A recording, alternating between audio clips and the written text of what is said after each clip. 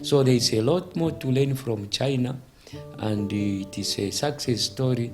I think to see that many of the people that were struggling even to earn a living have been lifted over the period of 100 years.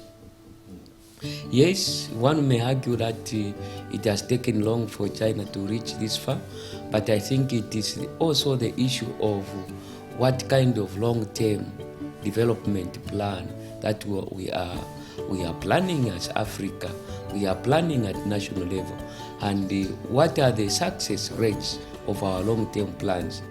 There is focus more on the development of the community. There is focus more in the development of the people. And that's why you find that all policies that are developed in China are more to do with how do we uplift the living standard of our people. So the need for Africa and Zambia in particular to, first of all, learn from China, expand the economy, let the economy begin to grow, let the citizens begin to participate in the economy.